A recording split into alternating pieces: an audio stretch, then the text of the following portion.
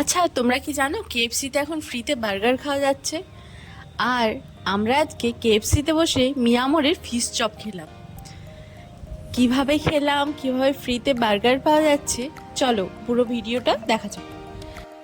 আজ আমরা চলে গেছিলাম ইকো স্পেসের কাছে, নতুন কেএফসি খুলেছে ওখানে। তো এর আগে একবার আমি গেছিলাম, আজকে সেকেন্ড টাইম।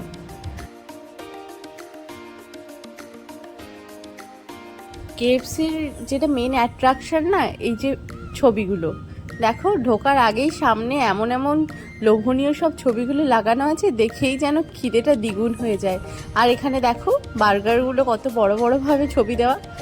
কি বলো তো, একটা জিনিস যেটা নতুন দেখলাম, কেএফসিতে এখন না সামনে ডিসপ্লে করা আছে সব খাবারগুলো।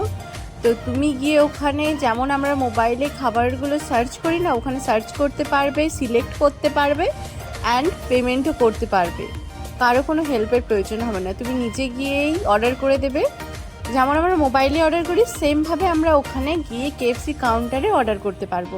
তো আমরা জানতাম না, প্রথমবার গিয়ে খাবার অর্ডার করলাম অ্যান্ড ওখানেই পে করলাম। দেন আমরা এসে টেবিলে ওয়েট করতে থাকলাম।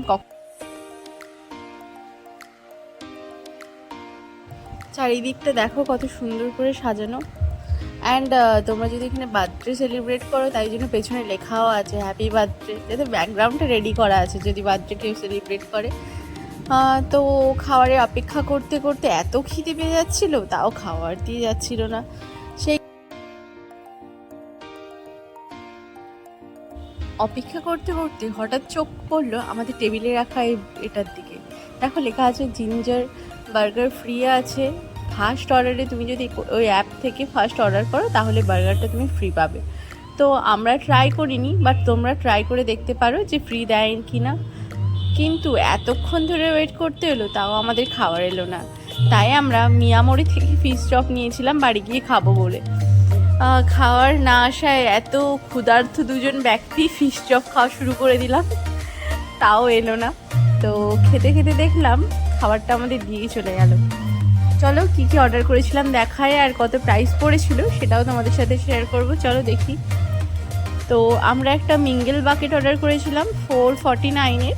তো ট্যাক্স মিলিয়ে 500 কি 550 মতো পড়েছিল, আমার এক্স্যাক্ট জানা নেই। তো দেখো আমরা কী কী অর্ডার করেছিলাম। এখানে ছিল chicken wings, chicken peri peri, French fry, আর তার সাথে ছিল আমার যেটা মোস্ট পছন্দের একটা জিনিস যেটা বলতে পারো, সেটা হলো চিকেন পপকর্ন, যেটা খেতেই আমি কেএফসিতে যাই। বাকিগুলো আমার ভালো লাগে না বলবো না, ভালো লাগে কিন্তু অতটা নয়। চিকেন পপকর্নটা যদি আমার এতটা ভালো লাগে কি আর বলবো। তাই জন্য সবার আগে আমি চিকেন পপকর্নটা শেষ করে দিই, তারপরে আর যা থাক খাবো। তো এখানে দুটো পেপসিও দিয়েছিল।